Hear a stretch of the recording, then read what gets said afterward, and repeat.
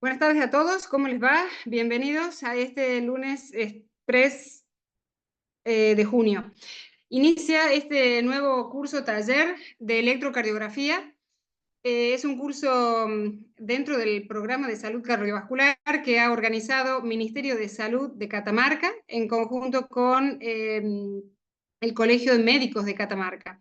La verdad es que es un placer poder de un tema tan importante. Tenemos prestigiosos disertantes.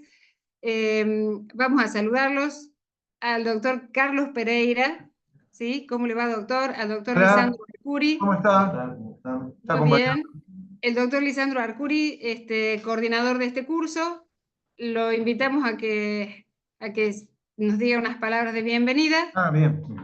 Me corro entonces para que él dé su...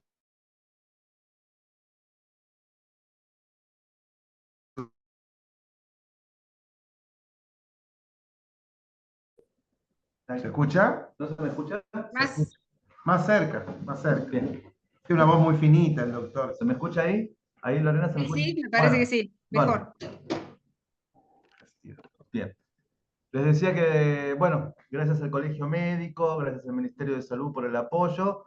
Vamos a dar rápidamente inicio al curso. Yo quería agradecerle, bueno, a todos los disertantes que nos van a acompañar, que nos hacen el aguante para que podamos dar este curso que nos parece importante.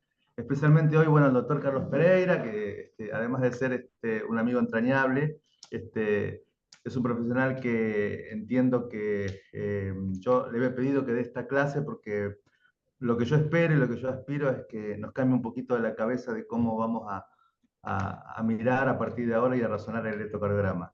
El doctor Carlos tiene un amplio currículum, bueno, no le gusta mucho que uno hable de esos temas, pero en el que más me interesa, además de ser actualmente funcionario del Ministerio de Educación, en el tema de salud, y que ha sido funcionario del Ministerio de Salud, y que también ha sido presidente de la SAC de Cardiología, lo que más me interesa a mí, o lo que más me interesó es que él ha sido formado en un hospital que es referencia nacional e internacional de electrocardiografía RIMAS, como es el Hospital Ramos Mejía de la ciudad de Buenos Aires.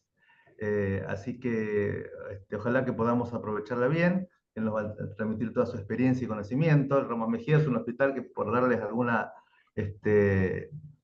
impresión, hacía Ateneos solamente con un electrocardiograma, hacía Ateneos. Así que esperamos poder aprovecharlo. Y bueno, muchas gracias a todos por la atención. Te dejo, Carlos, para bien, que arranques. gracias. Bueno, muchas Bienvenidos. gracias. ¿Cómo les va? Me trajo a recuerdo esos Ateneos y ya me puso nervioso recordar los Ateneos de electrocardiografía. He tenido la suerte y la fortuna y el mayor de mis orgullos es haber pertenecido al Hospital Ramos Mejía. Así que un gusto estar hoy con ustedes y bueno, y transmitirle un poco alguna de las experiencias, porque el Hospital Ramos Mejía fue uno de los últimos hospitales, por no decir exactamente el último, que enseñó vectocardiografía para aprender la electrocardiografía. Así que una manera compleja, pero quizá la manera más sabia de aprender. Así que, bueno, me tocó la suerte de meterme en ese mundo que muy pocos quieren ingresar, que es el de la Vecto. Y bueno, siempre me toca dar esta charla, porque este curso ya lo hemos hecho en varias oportunidades. Es la primera vez que es tan masivo, siempre fue para los residentes del Hospital San Juan Bautista. Me ha tocado casi siempre dar esta primera charla, la inicial, que es una charla eh, generalmente larga, porque sabiendo toda la electrocardiografía normal es que podemos llegar a entender la patológica, ¿no? Entonces, a veces yo pienso que estas charlas o estas clases se dieron siempre con un concepto de que de dar números, dar estadísticas, dar elementos banales en realidad y que no hacen a la electrocardiografía de fondo. Y generalmente la gente entra a los cursos de electrocardiografía sin realmente comprenderla. Entonces, cuando van a la parte patológica, se le hace muy difícil porque eh, es un mundo complejo la electrocardiografía. De hecho, algo que discuto siempre es que el electrocardiograma figura entre los elementos que usamos para un chequeo de base, un chequeo general, la rutina, es el laboratorio, la placa de tórax y el electrocardiograma. Y sobre placa de tórax y laboratorio podemos hablar casi la mayoría de los médicos, pero de electrocardiograma muy pocos. Y es ahí donde uno quiere hacer hincapié en que todos los médicos deben estar formados en esto, porque aquellos pequeños cambios que tiene la electrocardiografía pueden modificar la historia natural de un paciente. Así que, bueno, arrancaremos. No sé cómo arrancar acá con la... A ver, ahí me van. Ah, acá estamos. Bien, perfecto. No toco nada.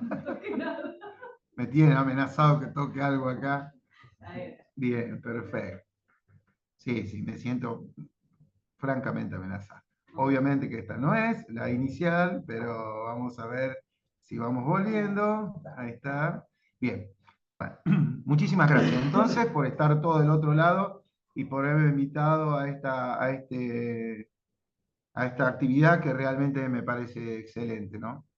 Ya vamos a ver si puedo. Ahí está. Bueno, a mí me toca, como ya dije, electrocardiografía normal. Vamos a hacer generalidades muy rápidas porque la verdad que no me quiero detener aquí y seguramente la mayoría de ustedes van a entender perfectamente de lo que estamos hablando. Que el electrocardiograma es un registro gráfico de potenciales eléctricos. Lo que sucede en el corazón es que se genera una polaridad magnética que hace que haya actividad eléctrica, y por eso, porque hay actividad eléctrica y hay una conexión con el músculo, a partir de esa actividad eléctrica es que se genera la contracción muscular. Todo este fenómeno clínico, que después lo iremos viendo un poquito más detallado, es lo que hace que se pueda registrar estos potenciales eléctricos desde la superficie, y eso se hace con un aparato que todos conocen, que es el electrocardiógrafo. También nosotros, los cardiólogos, hacemos algunos otros registros, como los intracavitarios, o lo que se hace por, a través del esófago, ¿no? A través de la pared del esófago, que tiene conexión directa o está pegando con la aurícula derecha. Así que son las formas generalmente tenemos de registrar la electrocardiografía, pero la más clásica y la más conocida por todos es a través de un electrocardiógrafo. Bueno, y un poco para entender esto es que dentro de un campo magnético, Einthoven hizo el famoso triángulo magnético para poder descubrir las primeras derivaciones, que eran de 1, de 2 y de 3. Después esto se complejizó con el círculo axial, que trató de, a través de ese triángulo original, establecer las otras derivaciones como son ABR, ABL y ABF, con el objetivo de tener al corazón dentro de un diagrama circular de 360 grados, y así determinar dónde está el eje eléctrico cardíaco y la actividad cardíaca. O sea, toda la actividad eléctrica del corazón se genera o se registra dentro de este círculo axial, ¿no? Que comenzó originalmente por este famoso triángulo de Einthoven. Einthoven fue un zapatero holandés, era un mercader holandés que se dedicaba a arreglar zapatos, y un día, jugando con algunos aparatos eléctricos, descubrió que podía hacer un registro eléctrico del corazón, y ahí estableció este famoso triángulo de Einthoven. Todos saben seguramente las derivaciones clásicas que tienen, las derivaciones de las extremidades, como tenemos de 1, de 2 y de 3, y ABR, ABLBF. Esto es lo que genera todo el plano axial, y da la frontalidad. Por supuesto que también tenemos las conexiones precordiales, que todos me imagino que la conocen, de B1 a B6, las clásicas. Hay otras alternativas, un aparato electrocardiógrafo común con sus pinzas para la localización de la señal, que generalmente el aparato logra ampliar, y hoy en día la mayoría de estos registros se hacen en computadora, pero algunos aparatos siguen teniendo la vieja inscripción en papel, que es la del electrocardiograma clásico, que seguramente todos conocen. Una imagen para recordarles más o menos cómo van puestos esos electrodos. Me apuré, perdón. Bien, estas son las derivaciones bipolares o frontales. Básicamente se llaman así porque lo que hacen es, me muestran una imagen frontal de esta polaridad eléctrica. O sea, al ponerme de frente al corazón, yo solamente puedo ver o registrar eléctricamente lo que está pasando arriba, abajo, a la izquierda y a la derecha. Eso es lo que puedo observar yo con las imágenes, con las derivaciones bipolares o frontales. Después, como dijimos recién, están las famosas derivaciones unipolares o precordiales, que son las que me permite, al tener una visión de arriba del corazón, ver lo que pasa a la derecha, a la izquierda y atrás y adelante. Con esto damos una cierta tridimensionalidad eléctrica y nos permite hacer una observación de todo lo que le pasa eléctricamente al corazón y hacia dónde se dirigen los vectores del mismo, ¿no? Bueno, acá hay una descripción que obviamente la pueden encontrar en cualquier lado, seguramente la mayoría la conoce, a dónde va colocado cada uno de estos electrodos, ¿eh? Inclusive tenemos la posibilidad para ver la región posterior del corazón de llegar hasta B9 y para ver el ventrículo derecho, las famosas B3R y B4R que se localizan hacia la derecha. A veces cuando tenemos corazones en posiciones anómalas como la dextrocardia, las derivaciones derechas nos permiten ver la imagen clásica del electrocardiograma normal, porque obviamente la punta del corazón apunta hacia la derecha y no hacia la izquierda. Bueno, esto es lo que sería un papel de registro clásico, como ven acá. Cada uno de estos cuadraditos pequeños, estos chiquititos, miden 40 milisegundos, 0,4 segundos. Por lo tanto, 5 de estos, uno de estos cuadrados grandes, hacen 0,20 segundos, ¿no? O sea, necesitamos 5 cuadrados de esos grandes para llegar al registro de un segundo, ¿no? Si nosotros tuviésemos un estímulo eléctrico, más o menos donde está este estímulo eléctrico, para que lo vean, y si lo pudiésemos correr a esta línea, tendríamos 1, 2, 3, 4 cuadrados grandes, no llegaríamos al segundo, estaríamos en los 0,80 segundos, eso se condice con una frecuencia cardíaca de 75 latidos por minuto, que ya en un ratito vamos a aprender a sacar de una manera más sencilla, ¿eh? Bueno, esto es básicamente la velocidad del papel, que siempre es de 25 milisegundos, la altura, que es de 1 milivolt, es muy importante esto, siempre tratar de ver el estándar, que tiene 2 milivolts de altura. Esto es muy importante, el estándar, porque cuando hacemos un electrocardiograma, si no vemos que el estándar está en esta condición, es bien rectangular, no tiene mellas, y tiene esta altura, estamos en una condición óptima electrocardiográfica para que los registros que estamos haciendo sean los clásicos, los parámetros clásicos que todos conocemos. Eventualmente, si el estándar está alterado, probablemente el aparato tenga algún error o hay que hacer alguna revisión del aparato para poder hacer el electrocardiograma en las condiciones óptimas. Si el estándar es medio o es doble de altura, hay que nombrarlo, decirlo, para que no magnifiquemos o minimicemos alguna de las situaciones o mediciones que estamos haciendo cuando vemos el electrocardiograma. Un electrocardiograma normal, clásico, con todas las derivaciones que acabo de nombrar. Y acá lo que vamos a ver son todas las inflexiones que suceden en el electrocardiograma. Acá les voy a contar la primera cosa que aprendí de jovencito allá ya hace un tiempo largo, bastante largo, cada vez más largo el tiempo ese. Todo lo que es redondito y lo que es una esfera sucede en la aurícula, y todo lo que es un triángulo sucede en el ventrículo.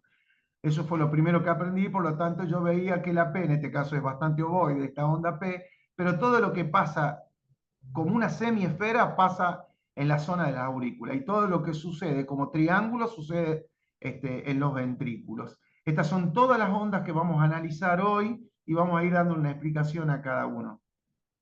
Bien, esto puse para que ya se vayan todos los que estaban hasta ahora en la charla, el famoso potencial de acción, pero esto lo vamos a hacer muy sencillo porque hay muchas cosas que pueden ser muy interesantes. Como primer medida, entender que para que se genere una actividad eléctrica en una membrana como la es la del miocito, que está completamente estable, tiene que haber un estímulo que cambie esas condiciones eléctricas. Esas condiciones eléctricas de la membrana la dan iones como el sodio, el potasio, el cloro, el calcio. Son los iones que más comúnmente interactúan para generar esta estabilidad eléctrica. En algún momento, todos recordarán del potencial de acción, hay una entrada brusca de sodio a la célula. Esta entrada brusca activa otros tipos de canales, como los canales del potasio, como los canales del calcio, y se genera la contracción muscular, ¿no? Bien, este tipo de actividad eléctrica hace que el estado de equilibrio que habitualmente tiene la célula y que es negativo, o sea, ven que acá tenemos los signos negativos. Bueno, nuestra célula tiene potenciales negativos aproximadamente entre menos 80 y menos 90, la célula cardíaca. Cuando entra el sodio, se me fue acá está. Cuando entra el sodio bruscamente, hace una entrada brusca, se abren los canales del sodio, el sodio genera una de todos los iones que se suceden en esta acción, es el que más movilización de electrones tiene. Cuando ingresa, positiviza completamente la célula. Este cambio de polaridad en la membrana es la que genera actividad eléctrica. Posterior a esto, la membrana tiende a restabilizarse y para eso viene todo este fenómeno posterior, que es el fenómeno de recuperación. Primero está la entrada del canal del calcio, que genera la contracción muscular. Ven que acá está abajo el electrocardiograma y el complejo QRS. El complejo QRS habla de la contracción del ventrículo. Entonces, esta entrada de sodio y la pequeña salida de potasio hace que el retículo endoplasmático rugoso libere calcio y esto genere la actividad muscular. Rápida, no me voy a meter mucho en esto. Y a partir de ahí viene esta fase de recuperación y es muy importante esta parte verde que están acá con estos canales que son las diferentes corrientes de potasio en el potencial de acción y como verán ustedes está dentro de lo que se llama la repolarización. Hasta este punto, hasta casi la segunda corriente de calcio, lo que tenemos es un periodo refractario absoluto. O sea, en este lugar no hay posibilidades de que haya una nueva contracción. Pero en estas últimas corrientes de calcio, de potasio, perdón, en estas últimas dos corrientes de potasio, sí existe la posibilidad de generar una activación. Y esto es muy importante porque cuando escuchen algo de patología, sobre todo cuando escuchen algo sobre arritmia, se van a enterar que un fenómeno que se llama R sobre T, cuando cae un estímulo potente sobre este sector que todavía es un periodo refractario, pero ya no absoluto, sino relativo, puede generar una contracción y esa contracción generar un mecanismo de reentrada, que son los mecanismos de las arritmias cardíacas. Ya lo van a entender, pero quiero que vean esta imagen bien, el potencial de acción y la explicación abajo con el electrocardiograma. Y lo que significa pasar de un ámbito de estabilidad negativo intracelular a un ámbito positivo que genera la apertura de los canales de calcio, el retículo endoplasmático rugoso que genera la contracción muscular. Esto sería una explicación extremadamente básica, y perdón por esta diapo, pero quiero que vayan entendiendo porque después si no les va a costar entender algunos mecanismos arritmogénicos que son muy importantes comprenderlos. Como me gustaría que me estén diciendo si lo entiendo o no para volverlo a explicar. Espero que lo hayan entendido, ¿no? Si no, escúchenlo varias veces acá hasta que, y vayan viendo el dibujito hasta encontrarle la vuelta. Bueno, otra diapositiva que no me gusta mostrar, pero quiero que leamos esto todos con atención.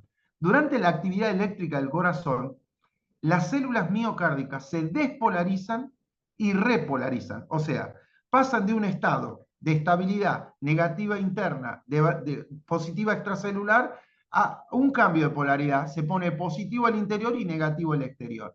Y nuevamente vuelven al estado natural, de nuevo negativo el interior y positivo el exterior en el fenómeno de repolarización. Este fenómeno es el que explica básicamente todo lo que nos pasa en el corazón.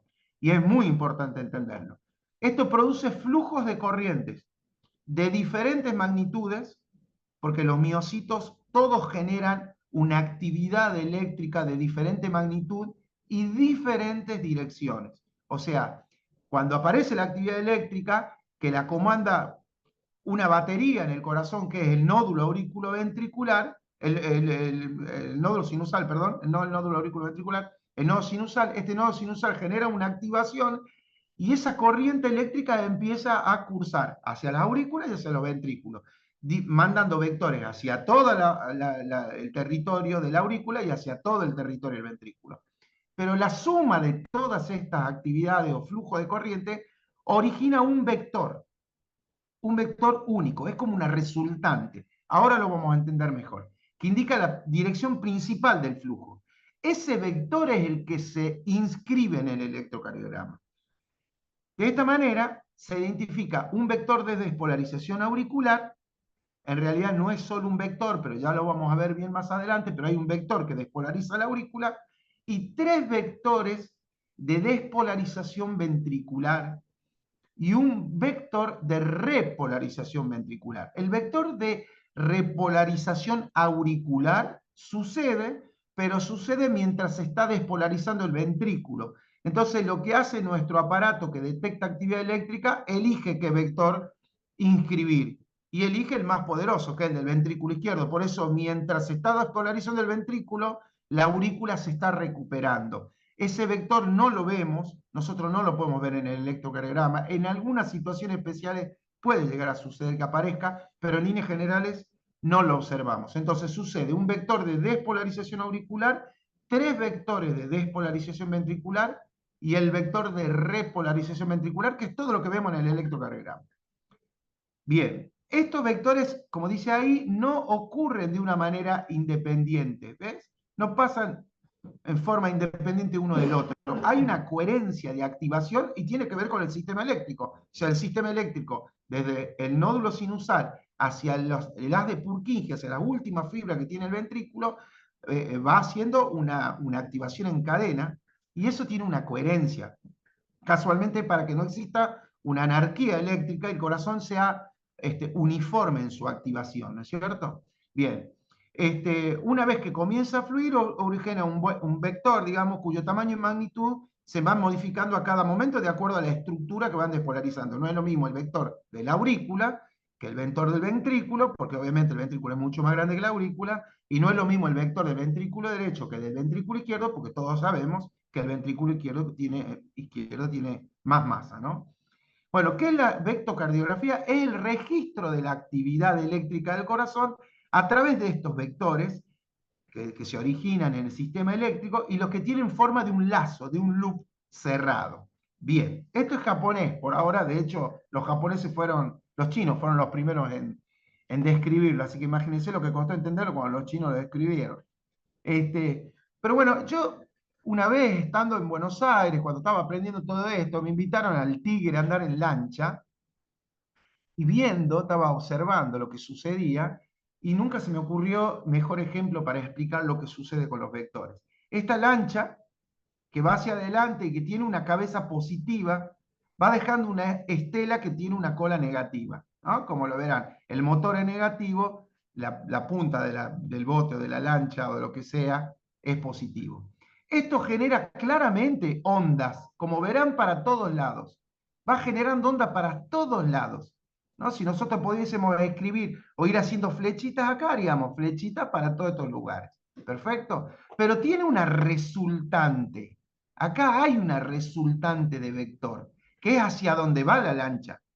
Si yo pudiera unir todas las flechitas y las uniría así, haría un loop de vectocardiografía, un loop cerrado. O sea, yo cerraría lo que nosotros, los cardiólogos que nos gusta mucho la vectocardiografía, le llamamos bucle. Haríamos un lindo bucle, vendríamos acá con un vector, haríamos por acá otro, nos iríamos acá, este vector sería el más grande, y lo que veríamos en este bucle es que la punta del bucle apunta hacia este sector. Ese bucle nos dice qué tipo de asa tiene eso, que tiene un asa dirigida hacia este sector. Vamos a hacer cuenta que este sector es el norte. Bien, este bucle es un bucle de orientación hacia el norte, ¿no? Entonces nos permite entender el vector, hacia dónde va y cuáles son sus condiciones. Si yo tuviese un timón acá en este bote y cambiaría de dirección, por ejemplo, me iría para acá y después me iría para acá, yo vería un primer vector, una primera onda que va a sacar chiquita, y después una muy grande para aquí. Entonces yo haría un bucle chiquitito para acá, grande para allá, y diría que ese bucle se va hacia el norte, pero hacia la izquierda. Y eso sería un bucle que tiene, si esto en realidad, si lo pensáramos que es la cara anterior del corazón, diríamos que es un bucle con orientación anterior e izquierda. Eso sería la explicación lo más sencilla posible de entender de lo que pasa cuando vemos vectores y vemos vectocardiografía. Y la verdad, sinceramente, no se me ocurrió mejor manera de explicarlo que con el botecito que es como yo lo entendí cuando comencé allá, como dije, hace muchos años a entender el electrocardiograma. Les juro que los primeros días para mí era chino y ni siquiera traducido el libro de chino al castellano me permitía entenderlo. Pero bueno, cuando vi el buque es como que se me despertó la idea y ahí lo pude entender de mejor manera. Y estos son los mecanismos de despolarización y repolarización. Pensemos que la célula es por afuera positiva y por dentro negativa. Cuando se viene el vector, se viene de allá a lo lejos. Yo estoy en el muelle y estoy viendo venir el bote, voy viendo cada vez más positivo. Por lo tanto, si yo lo tuviese que inscribir en un papel, como en los papeles de electrocardiograma, todo lo que es positivo se inscribe hacia arriba y todo lo que es negativo de la línea isoeléctrica hacia abajo, yo si tuviese que dibujar esto, haría una línea positiva hacia arriba. Pero este, que es el vector de despolarización, en realidad llegó hasta el muelle, pegó la vuelta, y lo primero que a mí me costaba entender era por qué un vector de repolarización, que es lo contrario al de despolarización, también en el electrocardiograma se inscribe positivo. Y después lo entendí porque en realidad lo que está haciendo es, este bote despolarizándose se vino desde el endocardio, de la capa interna de mi corazón, porque las fibras eléctricas llegan a la capa interna del corazón, el endocardio, y desde ahí se va hacia el epicardio, hacia lo que más cerca está de la pared torácica, de donde yo lo estoy viendo. Cuando pega la vuelta, se va y se va dejándome de nuevo las cargas positivas que está repolarizando atrás. Por lo tanto, yo siempre veo cargas positivas. La única diferencia entre estas dos actividades es que la actividad de la despolarización, la de entrada brusca del sodio de la célula, con salida de calcio del retículo endoplasmático rugoso, es una actividad mucho más voltaica, de muchísimo más voltaje que esta que es la de salida de potasio para equiparar las cargas en el medio extracelular. Esta salida de potasio tiene menos voltaje que esta, y ustedes van a ver en el electrocardiograma que la onda QRS es mucho más grande que el STT, que la onda T, básicamente.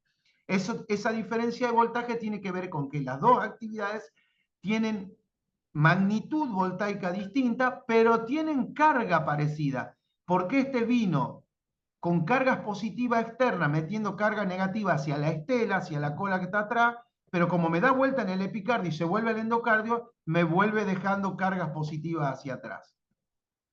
Y ahí se entiende mucho más lo que estuvimos hablando hace un rato sobre esta definición tan larga que espero que después la lean con atención. En la génesis del electrocardiograma, pensando en esto, cuando un vector de despolarización cardíaca se aproxima al electrodo explorador, a este que tengo acá en el pecho, o en las manos, o en las piernas, cuando se aproxima a él, va generando una deflexión positiva. Y cuando se aleja, en despolarización, cuando se aleja, deja una deflexión negativa. Esto hablando solo de despolarización. Pero en repolarización, como le expliqué recién, siempre va dejando cargas positivas hacia atrás. Y un poco para entender es esto, ¿no? Este es el exterior, este es el interior de la célula. Nosotros vemos que se empezó a despolarizar la célula y vean cómo ya me va cambiando las cargas. Acá son todas positivas afuera, todas negativas adentro, y de a poquito empieza a cambiar la carga. Esto está al revés. Empieza a cambiar las cargas. A veces van haciendo negativas hacia afuera, pero este vector tiene una cabeza positiva, yo lo estoy viendo de acá afuera, miren cómo se va inscribiendo positivamente, y tiene una cola negativa. ¿Ven? Como se verá perfectamente ahí. Este vector que viene por acá tiene una cabeza que es positiva y lo que va dejando atrás son cargas negativas en el exterior. Y eso en el exterior, lo que está pasando en el exterior de la membrana, es lo que yo puedo registrar con el electrocardiograma. Por eso yo voy inscribiendo la onda de la siguiente manera. Aquí al costado, ustedes verán aquí, esto es un electrocardiograma como si lo estuvieses viendo desde el endocardio, como si yo lo estuviese viendo de atrás. Esta onda endocárdica claramente es opuesta a la extracardíaca, que como hacemos el electrocardiograma, y se va inscribiendo negativa porque me va dejando, la cola del vector, me va dejando cargas negativas a su paso, digamos, ¿no? Esta sería la estela del bote negativa, la cabeza del bote o la quilla del bote con cargas positivas. Cuando repolariza y se viene para atrás, bueno, acá un poquito para que entendamos lo que va pasando. Si yo tuviese aquí un electrodo dentro del corazón, vería las cargas negativas, por eso lo inscribo así. Si lo tengo al frente, vería las cargas positivas. Y si tengo en el medio, que veo tanta carga negativa como positiva, veo cuando pasó el vector de despolarización, el primer vector positivo, y cuando paso veo la cola y lo veo negativo. O sea que si yo estuviese viendo el bote de costado, yo vería no tan solo la cabeza del bote, la quilla, sino también vería la parte de atrás, la proa, que se llama, o la popa, la proa del bote, si es adelante, y la popa del bote atrás. Entonces estaría viendo las dos cargas, la positiva que lleva adelante el bote y la negativa que lleva atrás. Esto se llama activación isodifásica, porque no podemos definir si es positiva o negativa, y es muy importante esta condición para saber dónde están ubicados los vectores eléctricos del corazón. Bueno, acá lo que estamos viendo es una imagen del corazón y su sistema eléctrico. Este es el famoso marcapaso o nódulo sinusal, bien alto en la aurícula derecha, que baja a través de diferentes fibras. Tenemos tres fascículos que van y se comunican con el nódulo ventricular, y un fascículo o vía de conducción que pasa el septum interauricular y se va hacia la aurícula izquierda, pero todo nace aquí. Importante ver esta imagen de la aurícula con sus tres fascículos hacia el nódulo auriculoventricular y el fascículo que va hacia la aurícula izquierda. Y acá tenemos la zona del nódulo auriculoventricular, la comunicación entre el nódulo auriculoventricular y el haz de His.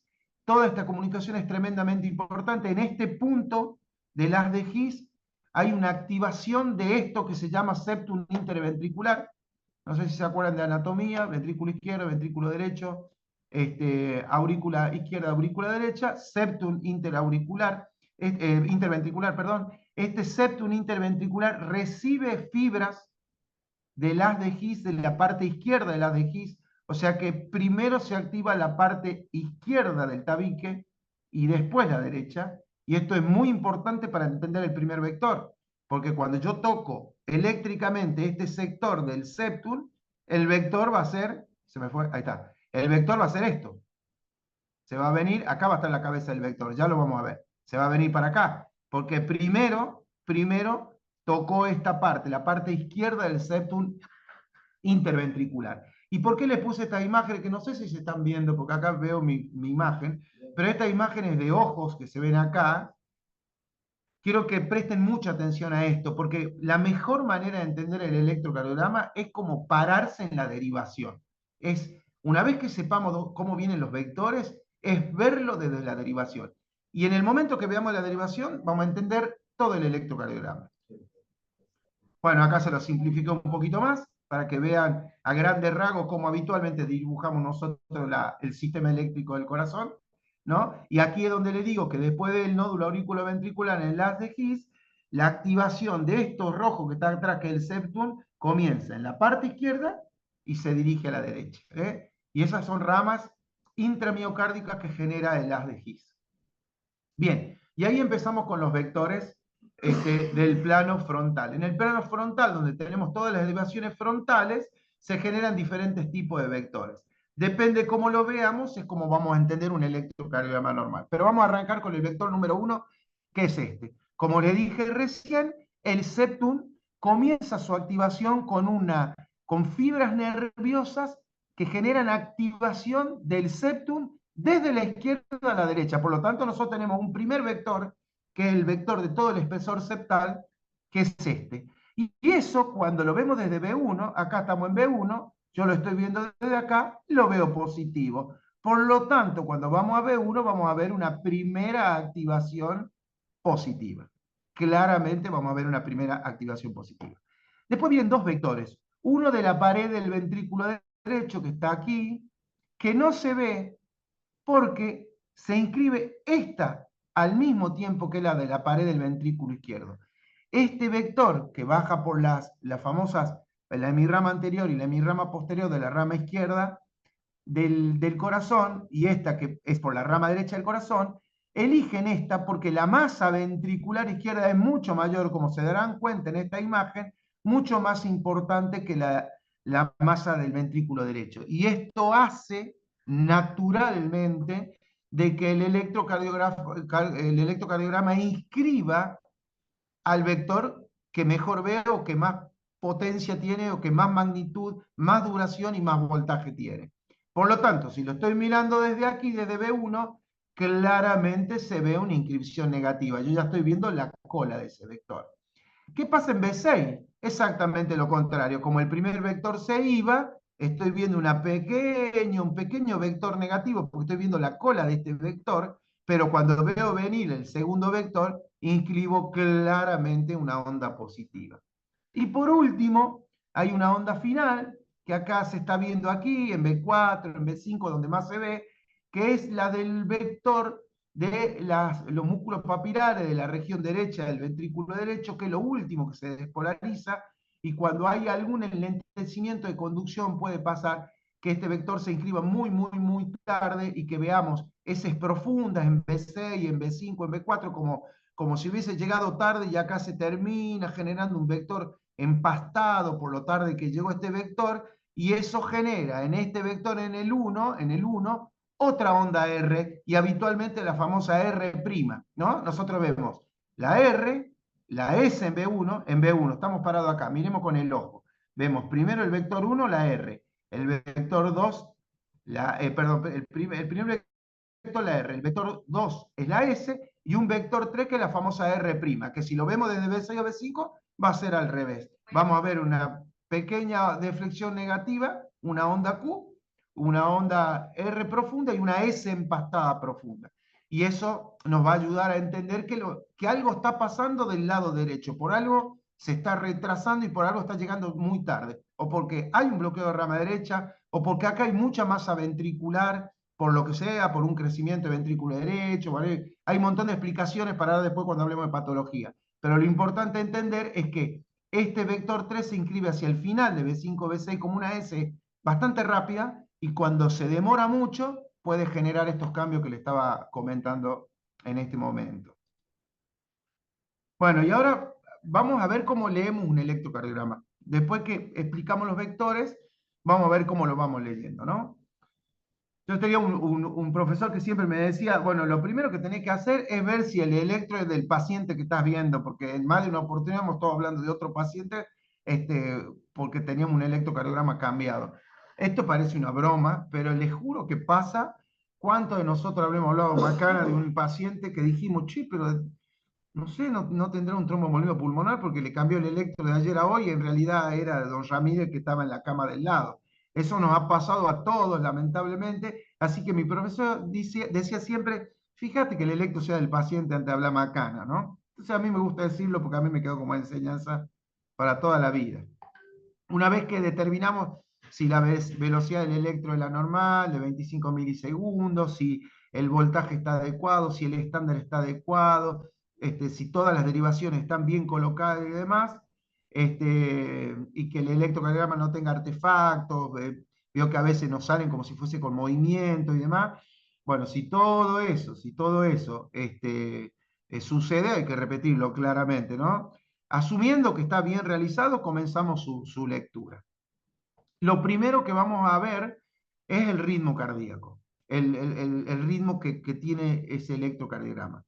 Y bueno, acá claramente indica cuáles son los criterios, ¿no es cierto? Que todos los complejos QRS sean rítmicos, o sea, que vayan a un ritmo, ¿no? En principio, que estén dentro de la frecuencia establecida como normal, por lo tanto los intervalos RR tienen que tener una frecuencia normal y tienen que ser básicamente similares. Si hay alguna duda se puede medir con compás. En general esto a simple vista de una persona entrenada no es tan necesario. Que todas las ondas P estén ante un QRS. Bueno, un montón de datos que se ven claramente en este electrocardiograma que es normal. Pensé que había otra imagen ahora, ¿no? Donde vemos que cada onda P, a cada onda P, a cada onda P, a cada onda P le sigue un QRS, ¿no? Que son más o menos rítmicos, están todos a la misma frecuencia cardíaca, como verán. Y esto es básicamente lo más importante para decir que este ritmo debe venir del nódulo sinusal. Después lo que tratamos de determinar es la frecuencia cardíaca, ¿no? Lo primero que hay que determinar en un electrocardiograma es esto, es muy importante porque es lo que rápidamente nos va a decir si estamos en presencia de un evento taquicárdico o un evento bradicárdico que hace que los pacientes puedan estar en una situación compleja, ¿no? Entonces eso rápidamente se determina, es bastante sencillo en líneas generales, lo vamos a hacer con otra imagen que tengo acá que es más fácil. pero lo importante es que la frecuencia cardíaca normal de un adulto, acá lo puse de 60 a 100, en realidad hoy en día hay muchas situaciones clínicas que nos han hecho cambiar este concepto. Todos los pacientes que están entre 55 o entre 55 y 60 es observable, pero digamos que 55 latidos por minuto nosotros en la patología que observamos en nuestros pacientes es bastante frecuente ver, sobre todo aquellos que están medicados, y 99 latidos por minuto. Con 100 latidos por minuto ya estamos en taquicardia. Bien, y lo importante del papel del electrocardiograma es que si tenemos dos QRS, digamos, en el contexto de un solo cuadrado grande, acuérdense que teníamos que cada cuadradito milimetrado medía 40 milisegundos. Por lo tanto, acá tenemos 20 milisegundos, 4, 8, 12, 16, 20, en los 5 cuadraditos tenemos 20 milisegundos en un cuadro grande, que significa una quinta parte de un segundo, ¿no? Miren que acá arriba les puse claramente que todo esto corresponde a un segundo. Por lo tanto, si yo en una quinta parte de un segundo puedo meter 2 latidos, en un segundo completo seguramente me entrarían 5 latidos. De hecho, entrarían 1, 2, 3, 4, 5. ¿Es cierto? Bien. Si tengo 5 latidos en un segundo, sería que en un minuto, en 6 por 5, tendría 30. Por lo tanto, aquí tengo 300 latidos por minuto. Es muy fácil sacarlo de esta manera, sabiendo que de este cuadrado a este cuadrado van 300 latidos, y que entre 150 y 300 latidos, cada cuadradito milimetrado, acá hay 150 latidos de diferencia, por lo tanto, cada cuadradito de esto va a corresponder a 30 latidos, ¿cierto? 3 por 5, 15, que serían los otros 150 que nos faltan. O sea que si cae aquí, nosotros, si el QRS caería en este cuadradito, o en este, tendríamos 360 latidos por minuto, porque sumaríamos 2 cuadraditos de 30. Lo mismo pasa si caigo entre estos dos. Acá tenemos 150 latidos por minuto. Claramente tenemos 150. Pero entre estas dos, entre 100 y 150, hay una diferencia en cada cuadrado de 10. Entonces nosotros deberíamos ir sumando de a 10 los latidos para poder establecer cuál es la frecuencia cardíaca óptima. Lo importante de entender de esto es que en esta imagen, nosotros sabiendo cuántos segundos dura cada uno de estos cuadrados grandes, que es 0,20, vamos a poder sacar la frecuencia cardíaca. Acá, por ejemplo, que tenemos 5 cuadrados, 1, 2, 3, 4, 5, sabemos que tenemos un latido por segundo, por lo tanto en 60 segundos vamos a tener 60 latidos por minuto. Esta es la manera más práctica de sacar esto. Después el eje eléctrico, que yo le diría, yo no sé bien a quién va dirigido esto, pero yo siempre le digo que no se complejicen demasiado la vida. El eje eléctrico debería sacarse con 2 derivaciones como el método clásico, con D1 y ABF. Después nosotros, los cardiólogos, lo podemos ajustar un poco más con el resto de las derivaciones.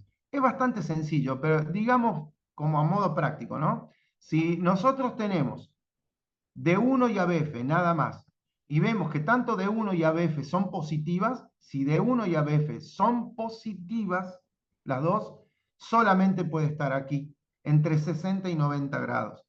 Después seguramente D2 nos va a dar una gran ayuda para saber dónde está ese eje eléctrico. Miren, por ejemplo, les voy a dar, a ver si me puedo ir. Uy, no sé qué dice. Perdón, perdón. Quiero que veamos una cosa. Miren acá, por ejemplo, ¿no? Yo tengo D1 positivo y D3 positivo. Claramente, y ABF, D1 y ABF positivo. Ya me sale el cardiólogo de adentro y ya lo estoy sacando de otra manera. D1 y ABF positivo. Yo sé que está entre 0 y 90 grados. Podría, sabiendo que D1 está en 0 grados, que D3 y que ABF está en 90 grados, y que D2 está en 60, ver más o menos, cuál de estas derivaciones, D1, D2 y ABF, es la más grande. Claramente es D2.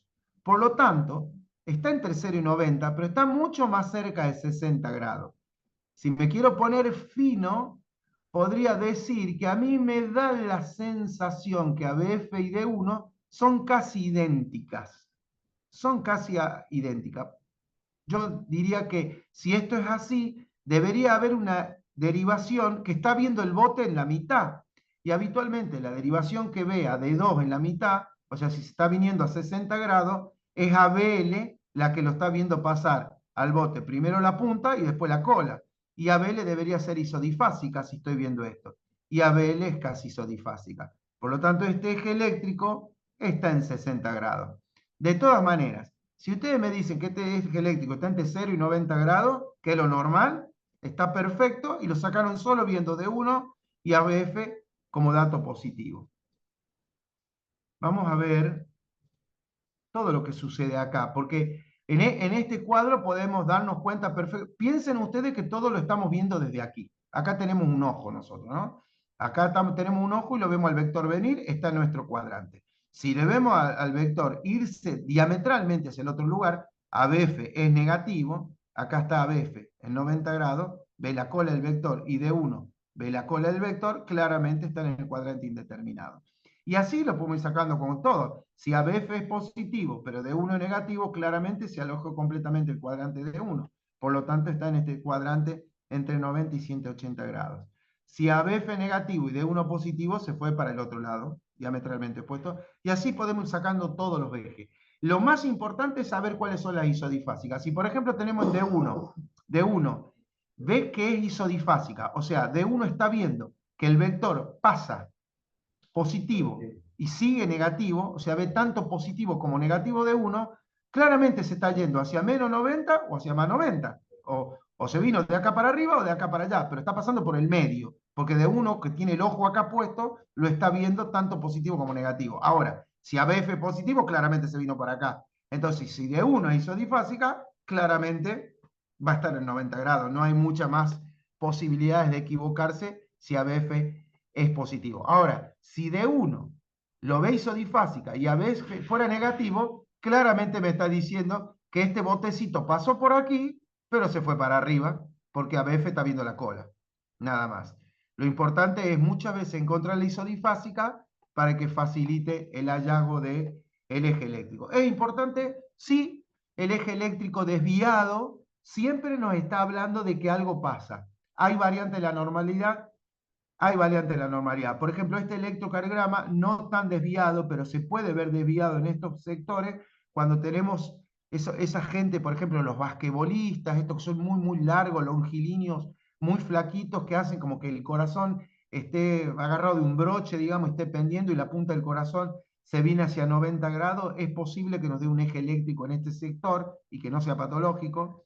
Y las personas con un sobrepeso extremo, que el diafragma lo levanta al corazón y medio que lo acuesta a dormir al corazón sobre la línea de base, puede hacer que el vector se vaya un poquito a la izquierda y tengamos una pequeña desviación del eje a la izquierda, como en este caso.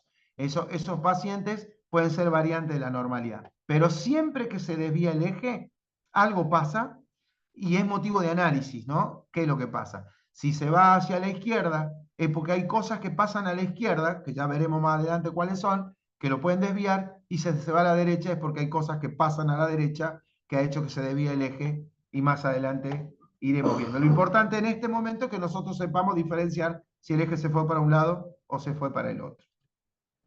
Esto es mucho, perdón, esto es muy, oh, Dios mío, no sé por qué me fui. Esto es mucho más complejo porque el eje indeterminado en general no dice nada, salvo algunos tipos de corazones muy, muy especiales que se llaman corazón de punta atrás, o en pacientes que tienen hiperpotasemia, que pueden generar este electrocardiograma, y también puede ser una variante de la normalidad. Pero no es lo más común de ver y no me parece que sea motivo de que nos compliquemos demasiado la vida. Bien, les volví a poner acá el triángulo para que vayan entendiendo por qué hacemos esta mirada y por qué el eje eléctrico es tan importante y por qué con todas las derivaciones, tanto las bipolares como las unipolares, nos permite hacer con todas las bipolares y unipolares, nos permite hacer con más precisión la detección del eje eléctrico cardíaco. Después, hay muchas formas de leer un electrocardiograma. A mí me gusta mucho ver los intervalos. Les voy a explicar por qué. Antes que ver cualquier onda, que lo analizo hacia el final, lo primero veo esto, veo ritmo, veo frecuencia cardíaca primero, para no estarme comiendo una taquicardia por estar sacando el eje y que el paciente me esté apurando. Después veo el eje, me gusta mucho ver el eje, soy muy rápido para el eje, así que me gusta mucho. Después veo si el ritmo es sinusal, debería ser al revés, primero ver el ritmo, pero bueno, yo lo hago así, les cuento cómo lo hago. Pero después me gusta mucho ir en los intervalos. ¿Por qué? Porque el intervalo es lo que menos ven los médicos. Muchas veces cuando hacemos diagnóstico electrocardiográfico nos damos cuenta que hay un bloqueo AB de primer grado, de segundo grado, o lo que es peor, tener una alteración del QT, y que los médicos en general no lo vieron, inclusive médicos de terapia intensiva, inclusive nosotros mismos, los cardiólogos, a veces en el apuro de ver un electrocardiograma, no vemos bien los intervalos. Y ver los intervalos es fundamental. Entender el intervalo PR y qué significa el intervalo PR, este tiempo que se toma la activación de la aurícula hacia el ventrículo dentro del nódulo auriculoventricular para poder pasar el nódulo ventricular, este freno natural que hacen los potenciales de acción del nódulo auriculoventricular, porque para hacerlo más difícil y más feo el tema, perdón por esa parte, los potenciales de acción de todo el sistema eléctrico son todos distintos. Eso hace de que tenga una concordancia, una lógica, una coherencia. Las células, digamos, de nuestro marcapaso clásico, que es el nódulo sinusal, tienen un potencial de acción muchísimo más rápido que la célula de la fibra de Purkinje. Y eso va haciendo de que la activación eléctrica se vaya haciendo ordenada, que venga desde la aurícula hasta el nódulo auriculoventricular, y desde el nódulo auriculoventricular al septum, del septum a las paredes libres del ventrículo, y que ahí se active la contracción, para que se genere sincronía, que la aurícula se contraiga primero y le mande sangre al ventrículo, y el ventrículo se contraiga después y envíe sangre a toda la economía del cuerpo. Esa lógica y esa coherencia tiene que ver con esta activación eléctrica sincronizada, y desde la fisiología del miocito tiene que ver con la diferencia de potenciales de acción. Sé que los acabo de matar, pero bueno, vamos a ver si lo podemos entender mejor. Se debe medir, bueno, el intervalo QT, que muchos de ustedes saben perfectamente que hay fórmulas para medirlo, ya lo veremos. Oh, perdón. Y esto es lo que les explicaba recién. Miren qué lindo que es este dibujo. Yo sé que antes que mueran, les digo lo siguiente. ¿Ven cómo este potencial de acción del nodo sinusal es muchísimo más rápido en su activación que el de las fibras desde el haz de His para abajo al ventrículo? Esto hace que se active primero que después que aquí haya una pausa cuando entramos al His, el intervalo PR, y que luego se genere toda la activación del ventrículo con la posterior repolarización de los músculos. En la repolarización es que se genera, imagínense lo que es el periodo QT. El periodo QT o el intervalo QT es lo que mide toda la activación, todo lo que le pasa al potencial de acción desde que entró al His hasta que se terminó. O sea, todo lo que le pasa eléctricamente a la célula de nuestro corazón y todas las patologías habidas y por haber suceden en ese potencial de acción de porquería, y en el medio de todos esos canales de calcio hay síndromes que tienen mucho que ver con esto, de sodio hay síndromes que tienen mucho que ver con esto, y de potasio. Se van a entretener mucho con el doctor Mazo, y con los doctores, que con todos los doctores se van a entretener un montón, porque esto es la explicación de por qué sucede de esta manera. Yo solamente me digno a decir que el corazón se activa de una manera sincronizada gracias a que estos potenciales de acción están sincronizados.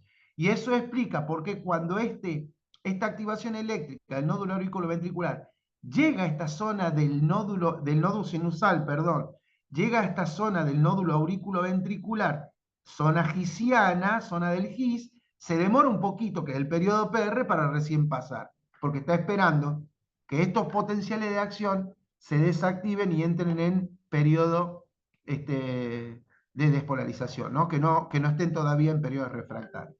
Bien. Imagínense que si este potencial de acción por alguna patología se acortara, se generaría una actividad eléctrica primero aquí, en el ventrículo, que en la aurícula. Y esto generaría episodios de arritmias de mucha gravedad, que suceden, lamentablemente, y ya lo entenderán cuando les expliquen los electropatológicos. Los intervalos, para que los registren bien, ¿no? Acuérdense que cada milímetro del electrocardiograma, cada cuadrito chico es de 40 milisegundos. Presten atención a eso siempre para después poder sacar bien la distancia y las duraciones.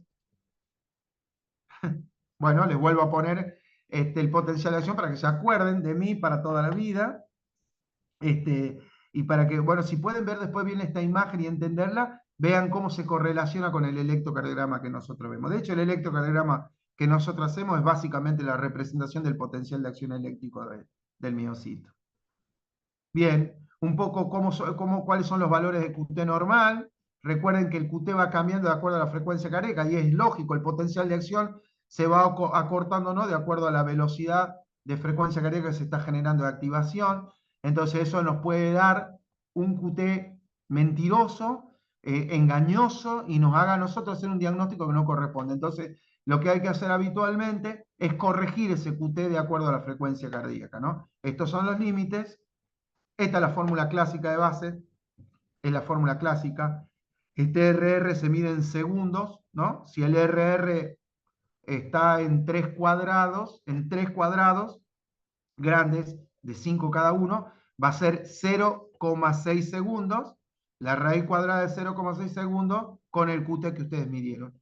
Esa división del QT medido sobre la raíz cuadrada en segundos del RR de la frecuencia cardíaca, de la raíz cuadrada de esa frecuencia cardíaca, nos da el QT corregido. Este es el más usado, el más clásico. Hay otros, tanto Friedrichs como Framingham son indicadores que no se usan tanto en la práctica, pero son más fidedignos para la frecuencia cardíaca. Sobre todo en niños se usan mucho porque nos permiten, los niños tienen una frecuencia cardíaca distinta al adulto y nos permiten corregirlo de mejor manera. Pero digamos, Bassett ha sido siempre el más utilizado, ¿no? El clásico. Y por último, ya me detengo a ver la onda P, el QRS, el STT. Una vez que vi los intervalos y sé que no me voy a comer nada grosero, me vengo hacia la onda P. Al QRS y al ST, a todo, ¿no? Pero vamos a arrancar. Onda P. Muy bien. La onda P tiene este sistema de activación, ¿no? Tenemos, sale el estímulo eléctrico desde el nódulo sinusal, se genera rápidamente un vector de activación hacia la aurícula derecha y un vector de activación hacia la aurícula izquierda. ¿Se acuerda cuando le mostraba las 3 fibras internodales? La del nódulo sinusal con el nódulo auriculoventricular. Por estas 3 fibras baja la activación y hay una fibra que me lleva a la activación hacia la aurícula izquierda. En el medio está el septum interventricular que genera una demora de conducción. Habitualmente la conducción en la aurícula derecha es de más o menos 0,35 milisegundos. O sea, es más o menos en 30 a 40 milisegundos la aurícula derecha está despolarizada. Más o menos en el mismo tiempo se despolariza la izquierda. O sea, 40 más 40 serían 80. En 80 milisegundos deberíamos tener las dos aurículas despolarizadas. Pero, como está el septum interauricular, acá se demora un poquito el pasaje de la actividad, que son más o menos otros 30 milisegundos. O sea que tenemos 30, 30, 35, 30, 35, 70 más 30 acá, son más o menos unos 100 milisegundos. ¿Qué es lo que dura la onda P? La onda P dura 0,10 segundos. Que es básicamente, entonces la onda P, si nosotros la estuviésemos viendo con esta mirada desde aquí, la onda P tiene 2 componentes, o 3. El primer componente, que es de la aurícula derecha. El segundo componente, que es del septum interventricular, que está justo en el medio. Y un tercer componente, que es de la aurícula izquierda. ¿Qué dije? Interauricular, perdón. Ya no, digamos, vamos a tomar un poquito de agua, ya estoy diciendo cualquier estupidez. Es el interauricular, obviamente. Espero que todos lo hayan entendido. Es el interauricular. Estos vectores dan, como les dije, ¿no? ¿Se acuerdan? Que el nódulo, a ver, este nódulo viene a ser el barquito, larga una onda, las ondas se van para todos lados, pero me da una resultante, ¿no? Que hacia donde va el barquito, que es el nódulo auriculoventricular. Bien, espero que se haya entendido lo del barquito. Si me escuchan mis profesores, Dios mío. Bien. Esto obviamente genera una activación en las aurículas y el electrocardiograma la registra. Como verán aquí, lo que le expliqué la onda P, tiene un primer componente de aurícula derecha y un segundo componente de aurícula izquierda y en el medio el pasaje a través del septum interauricular. Como verán. Esta es la clásica morfología de la onda P que vemos en las deviaciones frontales. Ya vamos a ver qué pasa en las precordiales. Bien, acá vamos a ver lo que está pasando en las precordiales. No sé por qué no me sale. Qué lástima, porque lo había puesto acá, o no se grabó bien. Pero bueno, se los explico para que lo entiendan. Cuando vean una precordial, lo primero que van a ver, si nosotros ponemos el ojo aquí en B1, discúlpenme, un segundo. No, sí, a ver, no sé por qué, no se me... Bueno, ahora se los voy a explicar. Pero digamos, cuando pones, ve, acá se ve claramente el componente de la aurícula derecha primero, la aurícula izquierda después, y en el medio esta zona, que no llega a ser ni verde ni amarilla, que es la zona del septum interauricular. Bien, si nosotros estuviésemos viendo desde acá de B1, no sé qué me estás diciendo, estuviésemos viendo desde B1 y ponemos el ojo desde aquí, vamos a ver el primer vector de la aurícula derecha, que es el primero, el del componente de la aurícula derecha, que es el primero que se inscribe, y lo vamos a ver claramente positivo. Pero si terminamos viendo el vector de la aurícula izquierda que se va para allá, vamos a ver desde B1 una deflexión negativa. Por lo tanto, lo que es normal en el electrocardiograma de superficie es que nosotros veamos una onda positiva y negativa. Tiene dos fases esa onda P en B1. Lógicamente, porque estoy viendo vectores. No así lo que pasa en B6, que la primera la ve isodifásica y después ve claramente una onda mucho más importante, porque la masa de la aurícula izquierda sí es un poquito más grande que la de la aurícula derecha, lo mismo que pasa con el ventrículo, y ve solamente una deflexión positiva. Entonces, desde B6 veo solo positiva, desde B1 veo una onda positiva y una onda claramente negativa. ¿Cuánto dura cada uno de estos territorios? Fundamentalmente la fase negativa de la onda PEN-B1, lo que dijimos recién, menos de 40 milisegundos. Si dura más de 40 milisegundos, significa que este vector se está yendo más lejos, mucho más allá, porque debe haber territorio para recorrer. Che, mirá, hay un montón de territorios, entonces aquí la parte negativa es más profunda que 40 milisegundos y el vector, como tiene más masa, se hace mucho más grande, sobre todo en el tiempo de inscripción. Lo que les mostré recién de las aurículas, lo que les muestro cómo se ve desde 2, el primer componente de la aurícula derecha, el segundo componente de la aurícula izquierda, y la imagen que les estaba explicando de B1. Generalmente acá, en el septum interauricular, esta P dromedario, esta famosa P que a veces se puede ver cuando se dividen claramente las activaciones de la aurícula derecha y la aurícula izquierda, que se ven en varias patologías, pero una de ellas, la más común quizá de ver, sea que a nivel del septum interventricular haya algún grado de bloqueo y le cueste pasar al estímulo hacia la aurícula izquierda, ¿no? Entonces se ve esa muesquita, pero muchas veces la vemos y es absolutamente normal. Mientras la duración de la onda P no sobrepase los 0,10, en realidad no llega a los 0,12 segundos, nosotros si tenemos 0,10 segundos estamos hablando de una activación auricular normal.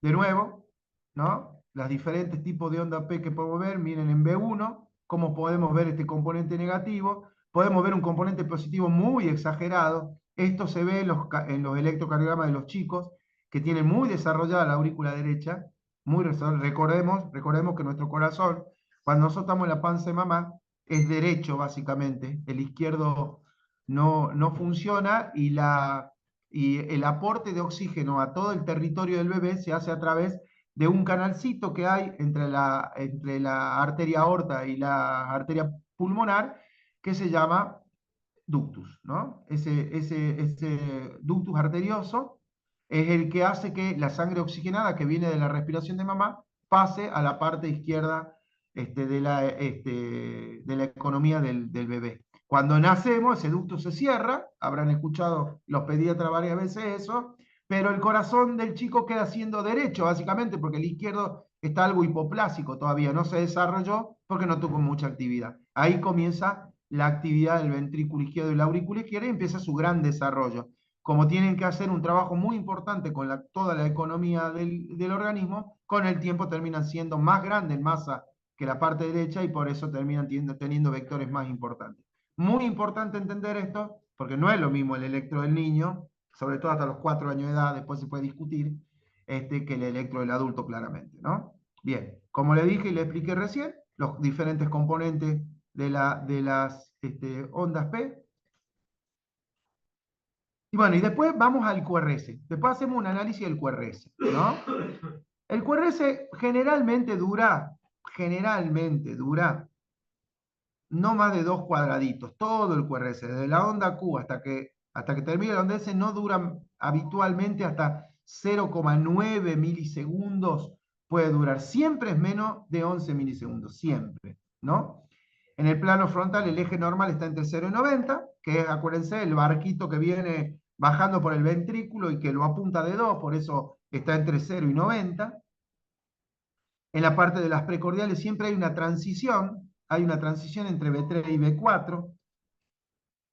Yo diría que es lógico de entenderlo, porque los vectores del ventrículo, el primer vector que viene acá, el primer vector que viene a B1 y el segundo vector que termina en B6, hace que todas las ondas R vayan transicionando hasta que en B6 está el vector final de todo el ventrículo como más importante. Entonces, esto que tiene una onda S, porque ve el vector que se va para allá, una onda pequeña, onda R, ¿se acuerda del primer vector septal? Y una gran onda S por todo el vector del ventrículo izquierdo, se termina transicionando. Entonces, la transición en las precordiales es que la R se va haciendo cada vez más grande porque cada vez va viendo más la cabeza del vector principal del ventrículo, hasta llegar a B6, B5, B6, que son las que más grandes ven eso, ¿no? Eso se llama la transición en las precordiales.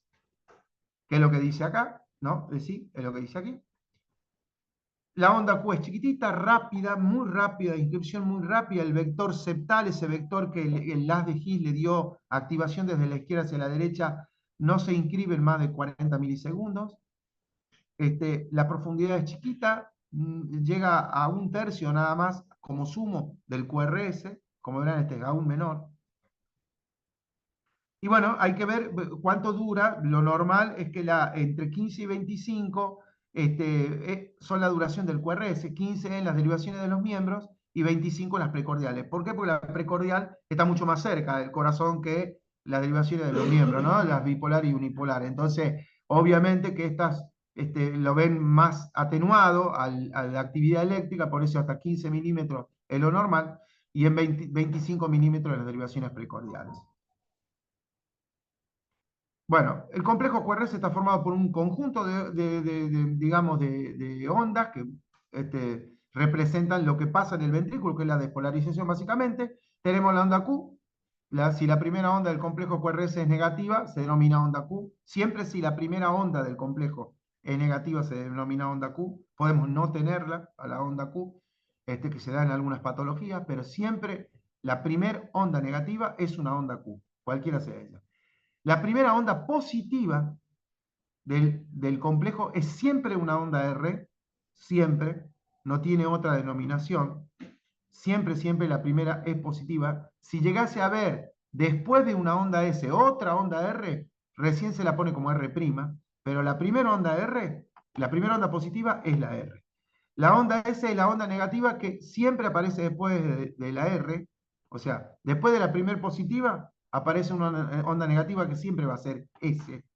Solamente le decimos QS cuando no tenemos R, o sea, el no tener R, ¿qué significa? Que no tenemos despolarización en ese sector del corazón.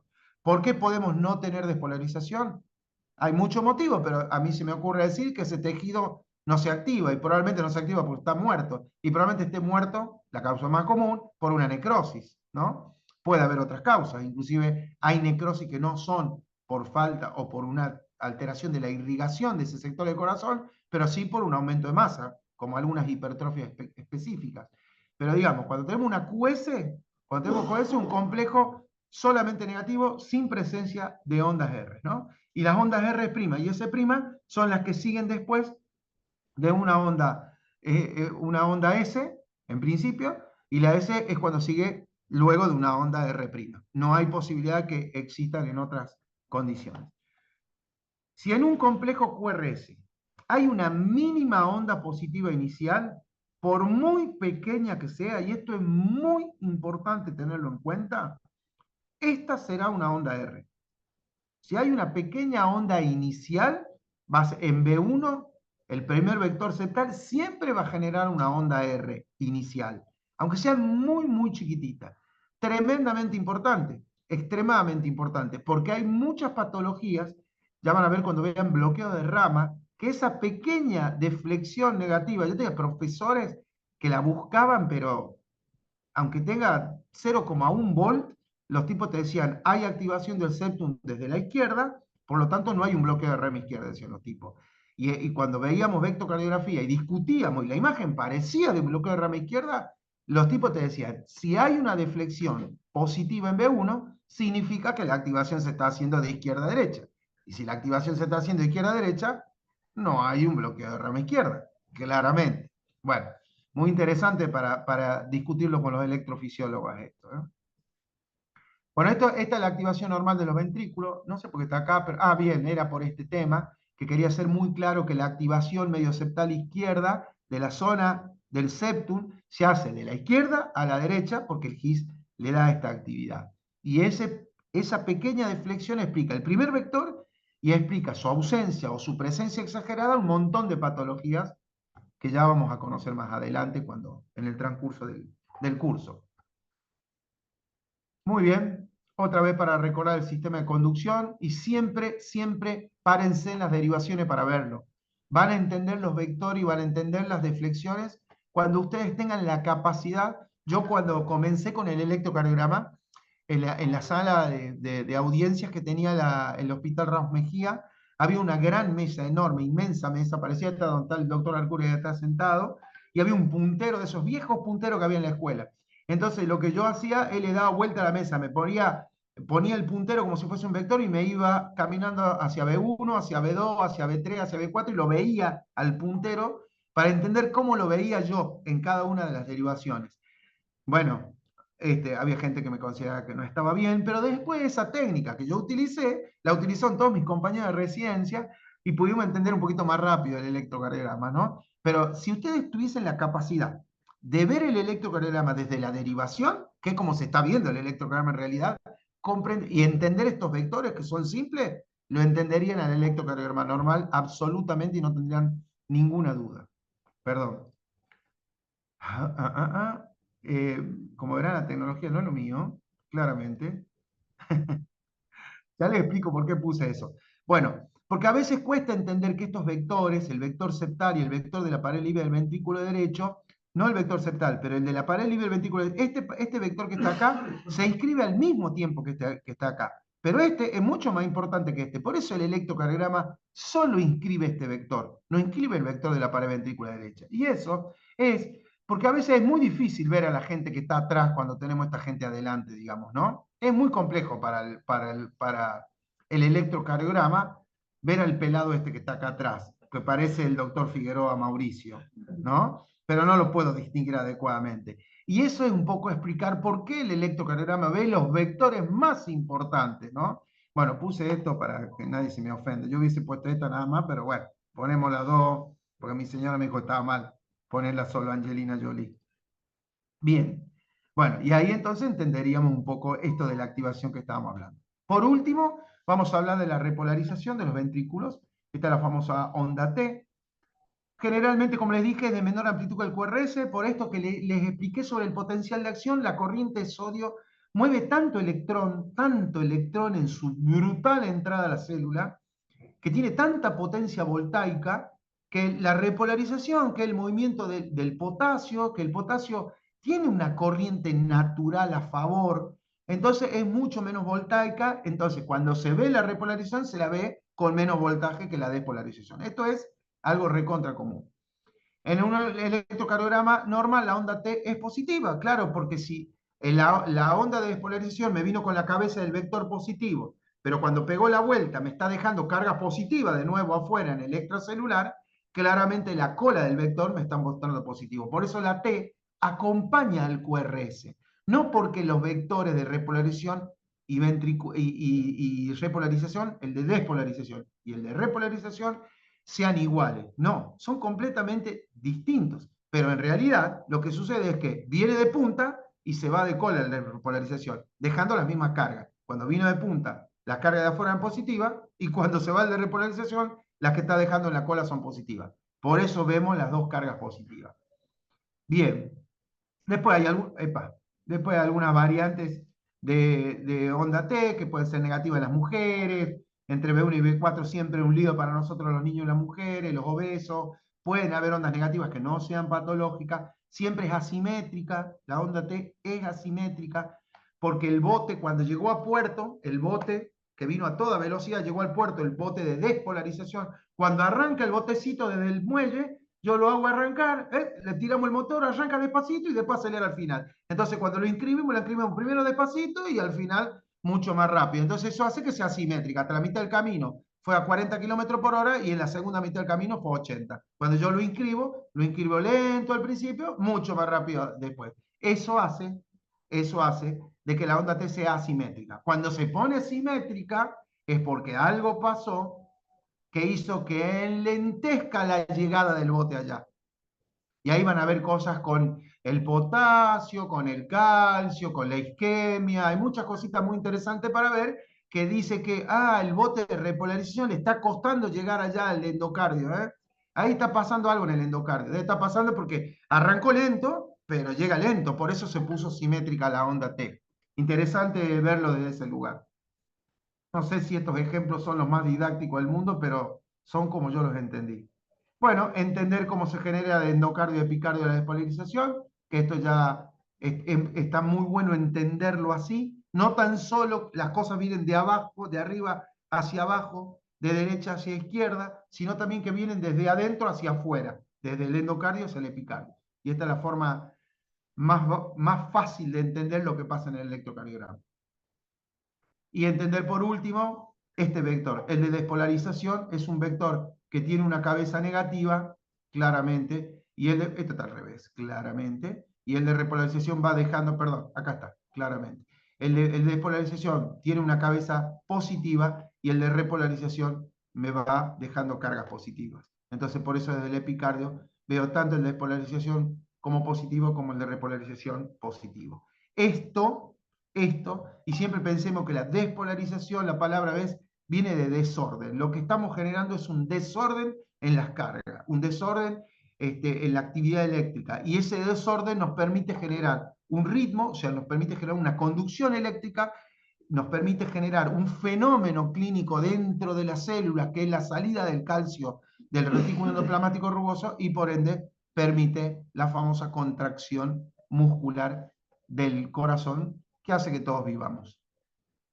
Bien, para que vean el botecito viniéndose y yéndose, ¿no? Acá viene el bote a todo lo que da, y acá tiene el bote que se está yendo, la colita queda positiva porque hacia afuera deja carga positiva, y cuando viene el oleaje, me viene trayendo cargas positivas, las va dejando negativa atrás dentro de la célula, pero acá me viene con cargas positivas, por eso es que yo sigo viendo cargas positivas. Bueno, un electrocardiograma normal, creo que es normal, ya lo veremos, ¿no? Pero es interesante verlo. Si tuviese que hacer un análisis, diría, lo primero que diría es que la frecuencia cardíaca tiene 1, 2, 3 cuadraditos, tiene 3 cuadraditos, por lo tanto yo ya sé que tiene 0,60 segundos, 0,60 o 600 milisegundos, y acá tiene un cuadradito más, o sea que acá estaría en 100, acá está en 75, de 100 a 75 hay 25, 25 dividido en 5 son 5 cada cuadradito. Si acá tengo 100 y me voy a 25, tengo que bajar 5, o sea que la frecuencia cardíaca está en 95, ponele un poquito menos, 93 de frecuencia cardíaca. Eso no existe, ¿no? No vayan a informar nunca 93, porque yo me les voy a reír. Pero podrían decirme 95, entre 90 y 95 la frecuencia cardíaca de este electrocardiograma. Vemos que todos los QRS son más o menos de cada derivación parecidos, que son rítmicos, que a todos los QRS le sigue una onda P, que la onda P es positiva en D2, en D1, D2, o sea que me la están viendo venir desde el nódulo auriculoventricular. Podría definir que esto es un ritmo sinusal. También diría que el eje eléctrico está localizado más o menos en D1 y ABF entre 0 y 90, seguramente más cerca de D1, miren cómo es ABF, miren cómo es D1, claramente ese vector se va hacia D1, o sea que si entre 0 y 90, la mitad de 0 y 90 es 45, este eje está muy probablemente llegando a 30 grados, ¿no? Eso significa que si de 90 grados, la isodifásica de 90 grados es 0 grados, La de 7, el doctor Arcuri está jugando un jueguito electrónico y no me deja escuchar adecuadamente.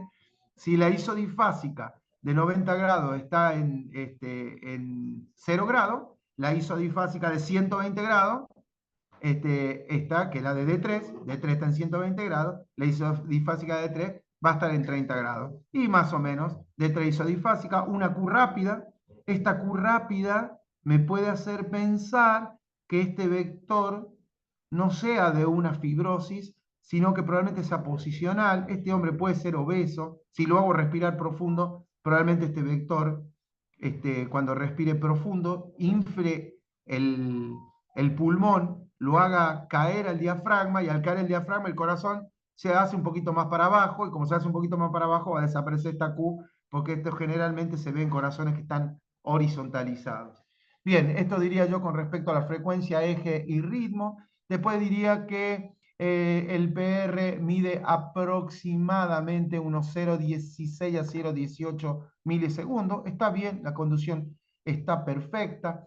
El QT está más o menos en 0,38. El QT generalmente lo medimos bien en B2. Diría que está ahí, 0,38 puede ser. Hay que corregirlo con frecuencia cardíaca. ¿Cuál es el QT corregido? En principio diría absolutamente eso. Y por ende me voy ahora a la onda P. La onda P la veo positiva en las derivaciones de 1 y de 2, por lo tanto es normal. Me voy a verla en B1. Tiene la deflexión negativa, claramente. La duración es la correcta, es la óptima. Esta onda P dura 0,90, 0,9, 0, menos de 0,10 seguro. La onda P, el componente negativo de la onda P en B1 no es de más de 40 milisegundos, así que la onda P es absolutamente normal. El QRS es normal, la progresión de QRS tiene una pequeña, miren esta pequeña R en B1, o sea, esto significa que el vector septal, el primer vector septal, está viniendo de la izquierda a la derecha, me quedo tranquilo, el vector que tengo que ver, pero voy a ver si lo veo en B6, ese pequeño vector, y en B6 se ve casi nada, una muesca. Mis profesores dirían claramente se ve el vector negativo ahí, yo les digo lo mismo, pero digamos sería una explicación de este vector apenita positivo que se ve, o sea que acá tenemos una onda R y S, hay una progresión, la R empieza a crecer hacia B3, hacia B4, hacia B5, y el máximo eje de ese QRS está en B6. Así que eso es normal. Quiero ver el STT lo veo en todas las derivaciones, veo que claramente es asimétrico, que claramente es asimétrico, que claramente es positivo como debe ser la repolarización, salvo en ABR, me voy a fijar en ABR, que ABR es el único ST que se ve desde adentro del corazón. ABR es una derivación como si lo estuviese viendo, como si fuese endocárdica, ¿no? Entonces ella me debe estar viendo la punta del bote, y la punta del bote de repolarización es negativa, lo está viniendo a venir del epicardio. Así que voy a ver y claramente negativa. Así que informaría este electrocardiograma como normal, señores. Eso es lo que yo haría, al menos. ¿Eh? Bien, he terminado. No sé si habrá preguntas, largo, che, pero bueno, espero que les haya servido. Venimos remando en el bote para entender todo.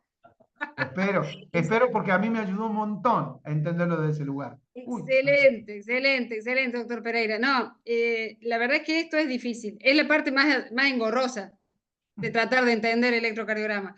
Pero una vez que entendió esto, ya está, lo otro sale solo. es una estupidez. Yo le aseguro que crecimiento de cavidad, bloqueo de rama, lo más probablemente sean alguna arritmia, pero todo lo Ya demás. estoy despejando la mesa acá para ponerme y Está girar bien. alrededor, como usted dijo, ¿eh? Pero Excelente la técnica. vectocardiografía es fantástica vista desde ese lugar, porque es como que te permite entender que es un loop. Un loop, Claro. o sea, cuando uno ve, le dicen, che, ¿viste el loop del vectocardiograma del paciente de la cama 2, que es un niño con cardiopatías congénitas? Y te miran como diciendo, no sé lo que está hablando. Bueno, hagamos los vectores y ahí vamos a ver hacia dónde va el loop. Y un loop puede ser de asa anterior, de asa posterior, y eso te cambia mucho la patología, te permite saber exactamente dónde estás parado. Así que bueno, doctor Mazo, querido doctor Mazo, ahí lo veo. Hola, Hola, Carlitos, ¿cómo andás? ¿Todo Bien, bien? hermano querido. Tremenda clase, ¿no? Te toca a vos explicar después los potenciales de acción, las corrientes ITO, ICA. Hermoso. No, tal cual, tal cual, tal cual. Pero no, bueno, bueno, esa parte es muy pesada. Es muy pesada. Sí, es brava, brava, brava, brava. Se necesita mucho tiempo.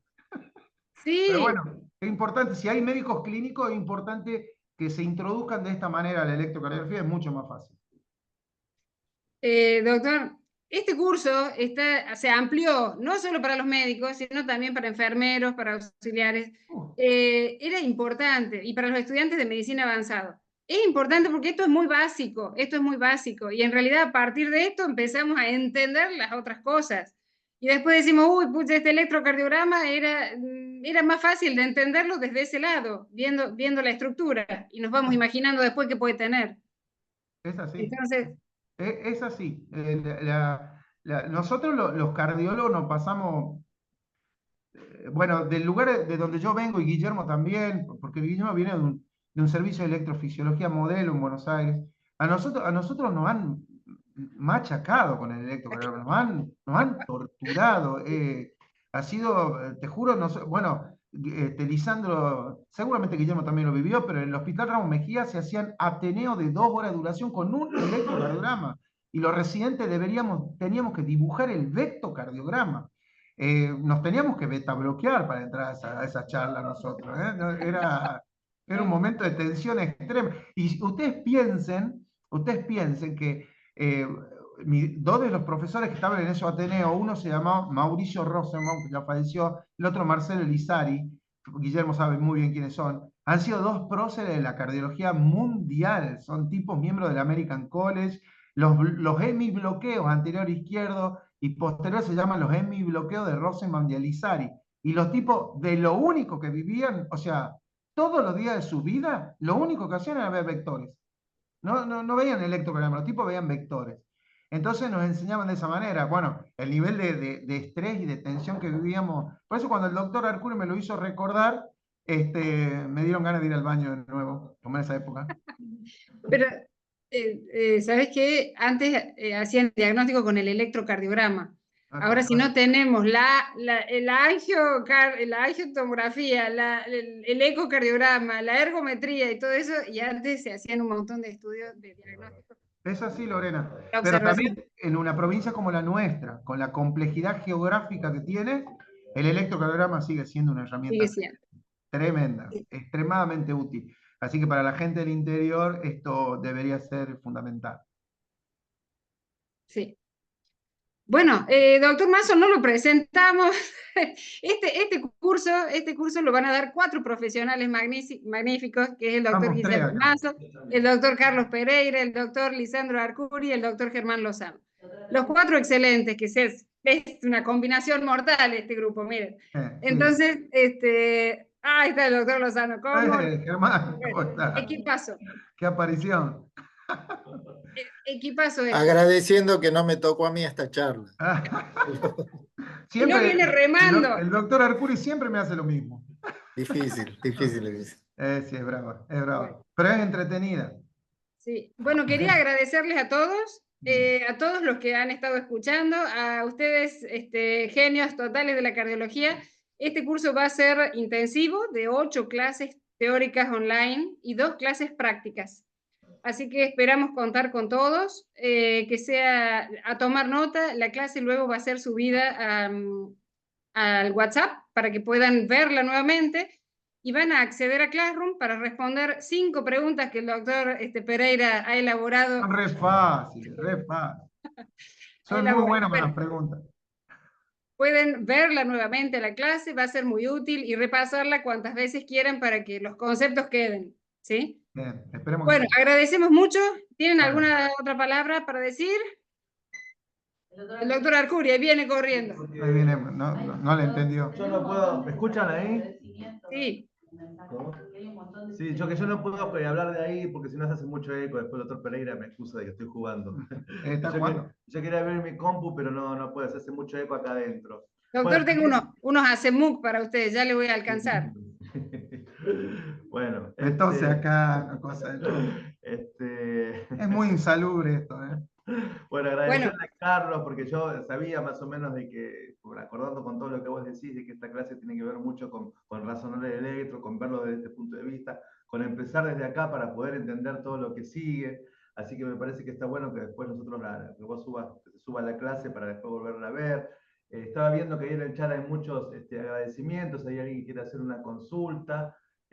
Bueno, y agradecerle también ahora que están ahí a Guillermo y a Germán, que también tuvieron la predisposición enseguida cuando yo los invité me dijeron que sí, yo valoro mucho ese, digamos, compromiso, porque esto lo hacemos con puro amor, porque nos gusta más o menos transmitir algunas cosas que hemos aprendido en este camino ya de algunos años de cardiología. No sé si Guillermo y Germán quieren hacer algún comentario y después, o alguna pregunta, alguna aclaración, y después hay algunas preguntitas, ahí si hay tiempo, Lorena, para que la hagan, puede ser, Sí. y después cerramos Sí, sí. tranquila.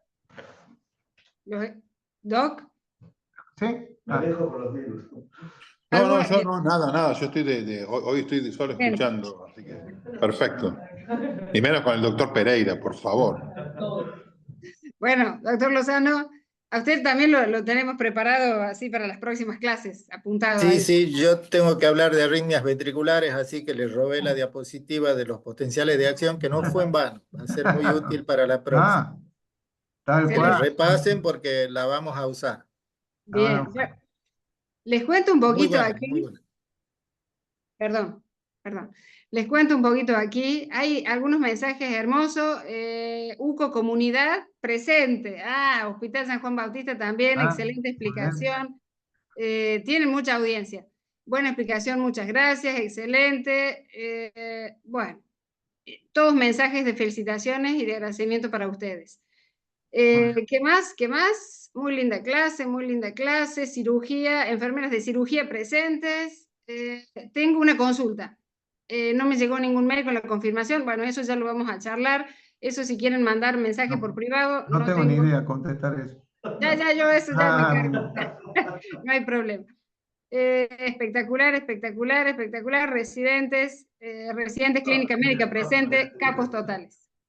Bueno, Tengo toda mi familia escuchando la clase, ¿no? toda la audiencia de su familia, dígame. Todos me dicen excelente. Bueno, agradezco muchísimo a Por todos, favor. a ustedes, 4 esencialmente, a la doctora Tapia que está ahí también haciendo el La soporte genia, técnico, doctora Tapia. fantástico. Sin ella nada de esto hubiese sido posible. No, bueno, nos vamos a ver el jueves próximo con la clase que viene. Me toca de nuevo a mí y ya después me voy de oyente. Recuerden entrar al Classroom, por favor, responder las 5 preguntas que son múltiple choice y acceder a la clase cuantas veces quieran, va a estar en el grupo de chat. Doctores, que tengan una hermosa tarde, muchas gracias, nos vamos en bote, que tengan Bueno, hermosa jornada. hasta luego, Muchas gracias. chao. Bueno, muy bien.